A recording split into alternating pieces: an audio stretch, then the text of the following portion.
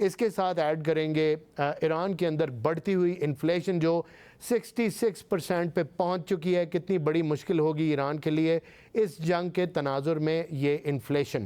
ان چیزوں پہ بات کرنے کے لیے پروگرام کے سیکنڈ پارٹ میں مجھے جوائن کریں گے لیفٹیننٹ جنرل ریٹائرڈ نعیم لودھی صاحب, ڈیفنس انالسٹ ہیں. ان کے ساتھ ہوں گے ناصر شیرازی صاحب, انٹرنیشنل افیئرز کے ایکسپرٹ ہیں. آئیے پروگرام کا باقاعدہ آغاز کرتے ہیں. امجد علی خان نیازی صاحب, بڑا فیصلہ آ گیا سپریم کورٹ کا اور بڑی خبر ہے, بانی پی ٹی آئی کو شفٹ کیا جا رہا ہے شفا انٹرنیشنل, اور فیملی سے بھی ملنے کی اجازت, ایک ملاقات تو ہو گئی ان کی بہن نورین نیازی صاحبہ سے, اور جو ان کی اہلیہ ہیں ان سے بھی 40 منٹ کی ملاقات آج ہو گئی, اور پھر ہفتے میں ایک دفعہ مل سکیں گے اور ہسپتال میں ان کو منتقل کر دیا جائے گا اگلے 48 گھنٹے میں as per the court orders. کیسے دیکھتے ہیں آپ اس کو؟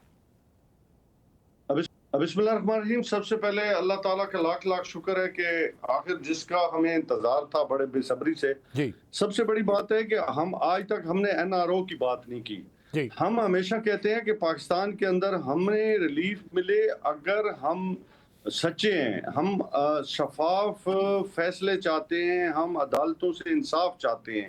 ہم نے کبھی یہ نہیں کہا کہ ہمیں آؤٹ آف دی باکس جیسے دوسری پارٹیاں ماضی میں کرتی رہی ہیں کہ کبھی 50 روپے کے اسٹامپ پیپر پہ چلے گئے, کہ میں تنقید اس آج کے موقع پہ اتنی زیادہ نہیں کرنا چاہتا, لیکن ماضی ضرور یاد دلانا چاہوں گا کہ لوگوں نے اپنی بے نامی جائیدادیں کس طرح جو ہے وہ ڈکلیئر کروائیں, اور پھر آج جو ہے وہ حکومتوں میں بھی بیٹھے ہیں. ہم نے ہمیشہ کہا ہے کہ ہماری جدوجہد ہے وہ جمہوریت کے لیے, ہماری جدوجہد پاکستان کی سلامتی کے لیے, دفاع کے لیے, اکانومی کے لیے, نوجوانوں کے لیے, مزدور کے لیے. ہم اپنے لیے کبھی ریلیف نہیں چاہتے, ہم پاکستان میں صاف اور شفاف الیکشن چاہتے ہیں, اور جمہوریت کے لیے ہماری قربانیاں ہیں. جی بالکل, آپ کا پوائنٹ آ گیا. سندھیلا صاحب آپ کی طرف آؤں گا. آپ کی پارٹی سے بھی 2 بیانات آئے بڑے پازیٹیو, طارق فضل چودھری صاحب کا اور رانا ثناء اللہ صاحب کا. خیر مقدم کیا سپریم کورٹ کے اس ڈیسیجن کا, بانی پی ٹی آئی کے منتقلی کے حوالے سے ان کو شفا انٹرنیشنل میں منتقل کر رہے ہیں علاج کے لیے. ایک بیان جو سینیٹر ناصر بٹ صاحب ہیں ان کا آیا کہ یہ میاں صاحب کی حکومت کے خلاف ایک سازش ہے. اس کے اوپر کامنٹ کر دیں دونوں بیانوں پہ, اور اپنی رائے بھی آپ دے دیں کہ آپ کیسے دیکھتے ہیں عدالت کے اس فیصلے کو. جی بسم اللہ الرحمن الرحیم. ایک تو ظاہر نیازی صاحب بیٹھے ہیں, بڑی رسپیکٹ اور عزت کی نگاہ سے میں دیکھتا ہوں ان کو اور ان کے والد صاحب کی سیاست کے لیے جو خدمات ہیں اس کے حوالے سے. لیکن یہاں پہ تھوڑا سا ان سے اختلاف کروں گا. اگر آج یہ اپنے پرانی ماضی کے بیانات پر یا وہ معافی مانگ لیتے, یا وہ جو نعرہ تھا نہ وہ بھاگا اور نہ وہ بیمار, قیدی نمبر 804, تو میرے خیال میں زیادہ بہتر ہوتا, بجائے کہ ہمیں کچھ اور سٹوریاں اور کہانیاں سنانے کے بجائے. دیکھیں ایک پوری کی پوری عمران خان کی جو سیاست ہے نا, وہ 2 ستونوں پہ کھڑی ہوئی ہے. ایک ستون وہ کبھی جا کے ہسپتال داخل نہیں ہوگا, دوسرا ستون وہ کبھی لندن یا باہر نہیں جائے گا. پہلا ستون وہ گرا چکے ہیں, ہسپتال میں وہ جا چکے ہیں, جس کے لیے پچھلے 6 مہینے سال سے وہ ترلے منتیں کر رہے تھے. ٹھیک ہے جی. دوسرا ستون لندن جانے والا یا باہر جانے والا یا اپنے بچوں کے پاس جانے والا ہے, وہ بھی میرے خیال میں اگر کسی موقع پر کامیاب ہوئے تو وہ بھی ٹارگٹ اچیو کر لیں گے. ٹھیک ہے نا جی. تو یہ جو ماضی میں لوگوں کو تانے دیا کرتے تھے یا پھر بیماریوں پہ مذاق اڑایا کرتے تھے, بیگم کلثوم نواز کی بیماری پہ جو مذاق اڑایا, ابھی میں عمران خان صاحب کی جو ہے وہ ایک پچھلی ویڈیو دیکھ رہا تھا جس میں کہہ رہا تھا کہ جب ہمارے سامنے میاں صاحب کی رپورٹ آئی نا تو ہم سر پکڑ کر بیٹھ گئے. ادھر ہم بھی سر پکڑ کر بیٹھ گئے ہیں کہ عمران خان کا کبھی بلڈ پریشر بہت اوپر جا رہا ہے, کبھی نیچے جا رہا ہے, کبھی ان کا بی پی جو ہے وہ چھوٹ کر گیا اور کبھی بی پی ان کا لمحہ پہ گیا, اور کبھی لگا کہ ان کی آنکھوں کی بینائی چلی گئی, ان کو کچھ نظر نہیں آ رہا. تو یہ رپورٹیں دیکھ کے ہم بھی سر چکرا کر بیٹھ گئے. تو ہمیں بھی فیصلہ لینا پڑا, نہیں ٹھیک ہے اسپتال جانے دیں, اس سے پہلے کہ بقول وہ امریکہ والا جو تجزیہ نگار کہہ رہا تھا پچھلے دنوں کہ عمران خان صاحب خدا نہ کرے ہم میں نہیں رہے, کہ خدا نہ کرے کہ اس قسم کی نیوز آئے, تو پھر ہمیں بھی یہی کرنا پڑا. دیکھیں یہ وہ چیزیں ہیں. اور عمران خان صاحب بڑے بڑے کنونشن ہال میں بڑی بڑی تصویریں لگا کر وہ دکھایا کرتے تھے. وہ جب بیگم کلثوم نواز صاحبہ وفات پا گئی تھی اور میاں صاحب کو وہاں پہ لاہور آنے کے لے کے آ جا رہا تھا, تو وہ تصویر مجھے آج تک نہیں بھول سکتی. اتنا گھمنڈ, اتنا غرور, اتنا اپنے اس وقت کے جو ان کا عروج تھا کہ شاید وہ ہمیشہ یہی رہنا ہے. دیکھیں یہ سیاست ہے, یہ سیاست ایسے چلنی ہوتی ہے. اگر خان صاحب بیمار ہیں تو اللہ تعالیٰ کی ذات ان کو شفا دے, اور اگر وہ بیمار نہیں ہیں اور اگر وہ کوئی کسی قسم کا کوئی مکر کر کے یا کوئی فریب کر کے یا کوئی دھوکہ دے کے عدالت کو آنے میں کامیاب ہو گئے تو وہ بھی ان کو مبارک ہو. لیکن میرے خیال میں سیکھنا چاہیے سیاست سے. اگر سیکھ رہے ہیں تو سیکھیں تاکہ آنے والے وقت میں کم پریشانیاں ہوں اور ایسے الفاظ نہ بولیں جس پہ کل شرمندگی ہو. جہاں تک ناصر بھٹ صاحب کی تعلق ہے یہ ان کا اپنا خیال ہے, ان کا یہ اپنا خیال ہے, انہوں نے اگر یہ بات کہی ہے تو اپنے خیال میں کہی ہے. پاکستان مسلم لیگ نون کی حکومت کے خلاف ایک ایسے انسان سے خطرہ ہو جس کا میرے خیال میں کسی قسم کا کوئی نہ اثر ہے, نہ جو اس کی کوئی سنتا ہے, نہ اس کی اپنی پارٹی سنتی ہے, نہ اس کی کوئی بہنوں کی سنتا ہے, جو 10,000 بندہ اڈیالہ جیل کے باہر خواہش کے باوجود ایک سال میں نہ اکٹھا کر سکے, اس سے مسلم لیگ نون کی حکومت کو کیا خطرہ ہونا ہے. مسلم لیگ نون کی حکومت جو ہے وہ چاہے ملک میں ہو یا پھر بیرون ملک ہو, جو کامیابی کے جھنڈے گاڑ رہی ہے, میرے خیال میں اس سے کسی قسم کو خطرہ نہیں ہے. الیکشن ہوں گے 2 سال 2.5 سال کے بعد اور پھر دیکھیں گے عوام جس طرف ووٹ ڈالیں گے, جو فیصلہ کریں گے وہ ہمیں بھی قبول ہوگا. ٹھیک, آپ کا پوائنٹ آ گیا. نیازی صاحب, مجھے سوال کرنے کی ضرورت نہیں ہے, آپ ریسپونڈ کر دیں. سندھیلا صاحب نے جو کہا پلیز ریسپونڈ کر دیں. میں سندھیلا صاحب میرے لیے محترم ہے, میں ان کو ایک ہی عرض کروں گا کہ ہم نے کبھی این آر او کی بات کی ہی نہیں ہے, ہم نے اپنی ذاتی وینڈیٹا کی بات کی ہی نہیں ہے, ہم نے تو جمہوریت کی بات کی. میں نے پہلے اپنے سیگمنٹ میں کہا کہ ہم کوئی وہ پولیٹکس نہیں کر رہے جس میں ہم نے اپنے کو کاروبار بچانے ہیں, جو ہم نے اپنی چمڑی یا دمڑی بچانی ہے. ہم تو پاکستان کے لیے قربانیاں دے رہے ہیں اور دیتے رہیں گے, اور پاکستان کے لیے کھڑے ہیں اور کھڑے رہیں گے. ہم تو وہ لوگ ہیں جو اپنا سب کچھ پاکستان میں لائے, پاکستان سے باہر لے کے نہیں گئے. تو یہ آپ کے سامنے سیاست دو رخ ہوتے ہیں, ایک عامل ہوتا ہے, ایک عامل ہوتا ہے. ہم عاملوں میں سے نہیں ہے, کاملوں میں سے. ہم جدوجہد سے اپنی قربانیوں سے جو ہے اس ملک کی تقدیر کو انشاءاللہ بدلیں گے. نیازی صاحب, ایک اور چیز واضح کر دیں کہ پی ٹی آئی کے اندر ایک اپروچ جو ہے وہ تھوڑی سی ایکسٹریم پہ لگتی ہے. پہلے عدالتوں کو کافی آپ نے کرٹیسائز کیا, اب عدالت کا فیصلہ آپ کے حق میں ہے. جن سے بھی میں نے بات کی ہے, میری اپنی ذاتی رائے بھی یہی ہے کہ بیماری کا علاج بالکل ہونا چاہیے اور صحت کی سہولت ایک ایکس پرائم منسٹر کو بالکل میسر آنی چاہیے, ہر پاکستانی کو آنی چاہیے. تو اس کے اوپر تو کوئی ڈینائل نہیں ہے اس چیز کے اوپر. لیکن آپ کی پارٹی بہت ایکسٹریم پوزیشنز لیتی ہے جہاں سے واپسی اکثر دیکھا گیا ہے کہ مشکل ہو جاتی ہے. اس پہ بھی کامنٹ کر دیں, پھر میں سندھیلا صاحب کا رسپانس بھی لیتا ہوں. دیکھیں, ہمارا جو بیہیویئر ہے وہ ججز کے لیے یا عدالت کے لیے نہیں تھا. ہمارا جو کنڈکٹ تھا وہ فیصلوں کے اوپر تھا. دیکھیں, فیصلوں کے اوپر ان کے فار اینڈ اگینسٹ جو ہے آپ بحث کر سکتے ہیں, ان فیصلوں کو آپ غلط قرار دے سکتے ہیں, صحیح قرار دے سکتے ہیں, آپ کا کسی کے ساتھ ذاتی.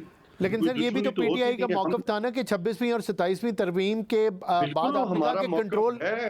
آج بھی ہماری ریزرویشنز ہیں کہ 26ویں اور 27ویں ترمیم کے بعد جو عدالتوں سے آنے والے فیصلے ہیں وہ ہم سمجھتے ہیں کہ وہ فیصلے متنازع شکل اختیار کیے ہوئے تھے, جس کے اوپر آج بھی ہم, یہ بات نہیں ہے کہ خان صاحب کو ریلیف دیا گیا. خان صاحب کا یہ رائٹ تھا اور ہم سمجھتے ہیں, ہم شکر گزار ہیں اس فیصلے سے کہ ایک اچھا فیصلہ ہوا ہے جس میں ایک انسانی جان کا مسئلہ تھا اور پھر دنیا کا مقبول ترین لیڈرز میں سے ایک لیڈر ہے اور مقبول ترین پارٹی میں پاکستان کی کا لیڈر ہے. تو اس کو تو رائٹ تھا کہ وہ اپنے, اگر دیکھیں سندھیلا صاحب بات یہ صاف چیز ہے, انسانی جان کے ساتھ تو نہیں کھیلا جا سکتا.